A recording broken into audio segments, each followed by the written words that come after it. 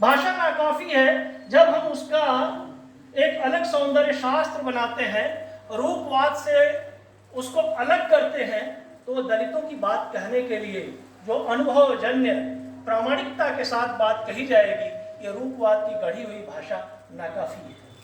आदिवासियों के लिए अभी सुबह बात हो रही थी, गणेश जी हैं, उन जनजातीय लोगों के जल जंगल जमीन की बातों को कहने के लिए ये भाषा नाकाफी हो जाती है। लेकिन वही भाषा जब किसी संस्कृताचार्य की हो जाती है, किसी अंग्रेजी दांका की हो जाती है, तो वो प्रभु की भाषा हो जाती है, वो सत्ता की भाषा हो जाती है। इसीलिए इतिहास कहा गया कि हमेशा ताकतवर लोगों ने लिखवाया है, उनका इतिहास है। हम सब अफ्रीकी साहित्यकार चेनुआ अचेबे का नाम सुने। चेनुआ अचेबे ने क्या कहा? जब तक हिरन अपना इतिहास खुद नहीं लिखेंगे, तब तक हिरनों के इतिहास में शिकारियों की बहादुरी के किस्से गाए जाते रहेंगे। इसलिए जरूरी है कि ये जो पूरा जंजाल है, इसको तोड़ा जाए। कैसे तोड़ेंगे? संस्थानों में तो वही लोग बैठे हैं और ये आज से नहीं हो रहा। जब निराला राजे ने अपनी रखवाली की कविता लिख रहे थे, तब भी वो समय था। यही 1986 में जब स्वर्ण जयंती वर्ष मनाया गया था प्रगतिशील लेखक संघ का, तो प्रगतिशील लेखक संघ के उस स्वर्ण जयंती वर्ष के समय नामवर सिंह ने कहा था कि 50 साल पहले जैसी और जिन चुनौतियां का सामना करने के लिए हम संघबद्ध हुए थे, आज वैसी ही किंतु उनसे अधिक गंभीर चुनौतियां सामने। ये 86 की बात। इमरजेंसी को हम खारिज नहीं कर रहे, लेकिन आज हालत ज्यादा खराब है। पहले एक मानक हुआ करता था, कम से कम एक तमीज हुआ करती थी कि भाई तुम विद्यार्थी हो तो तुम विद्यार्थी परिषद में रहोगे, तुम स्टूडेंट हो तो स्टूडेंट फेडरेशन में रहोगे।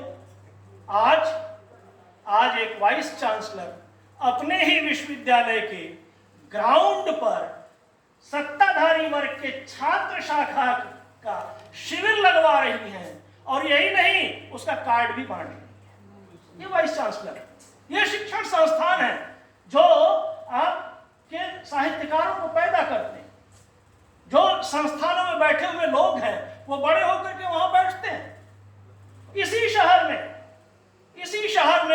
उसी छात्र संगठन की शाखा में प्रोफेसर शामिल है, उसी छात्र संगठन की शाखा में एक प्राचार्य शामिल है, वो विद्यार्थी परिषद की मेंबर है, और इसी शहर में विश्वविद्यालय का प्रॉक्टर छात्र परिषद का सदस्य है। और वो छात्र परिषद जब आंदोलन करेगा तो प्रॉक्टर उसके खिलाफ क्या करेगा?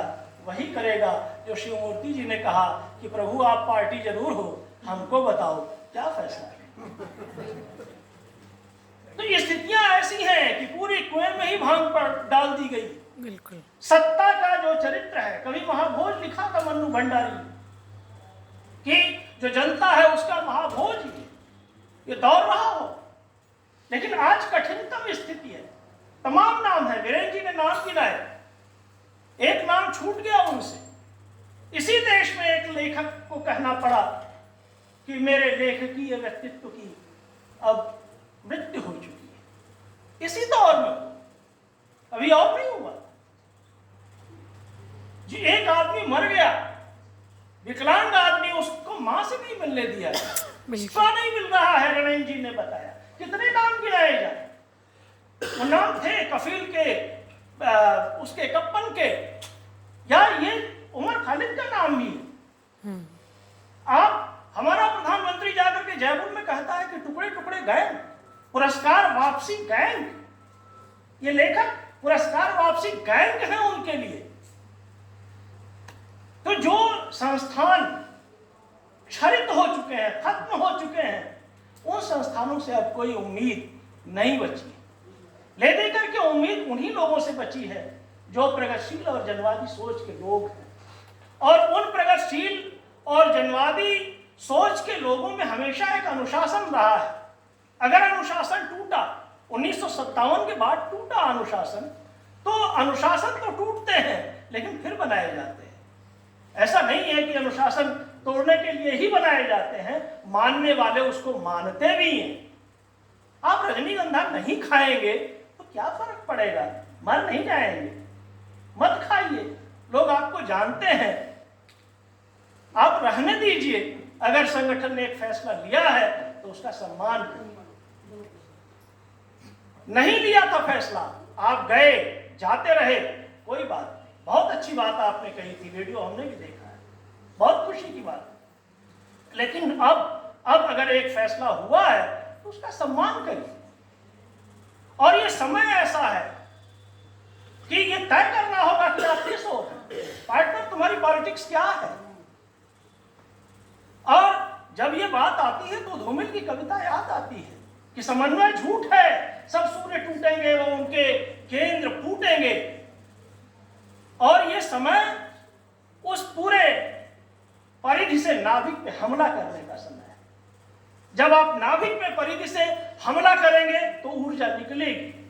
हम सबको एकदम वाकई एक होने का समय है, और एक होकर के रचते हुए और अपनी संस्थाओं को जिनको हमने बनाया है उनको बचाते हुए उस सत्ता को चुनौती देने का काम करना है। और अगर हम एक होकर के अपने छोटे छोटे स्वार्थों को लेकर के अगर लड़ते रहेंगे, छोटे छोटा, हर जगह सोशल मीडिया आ गई है, मैसेंजर खोलो थुथुन आया हुआ है।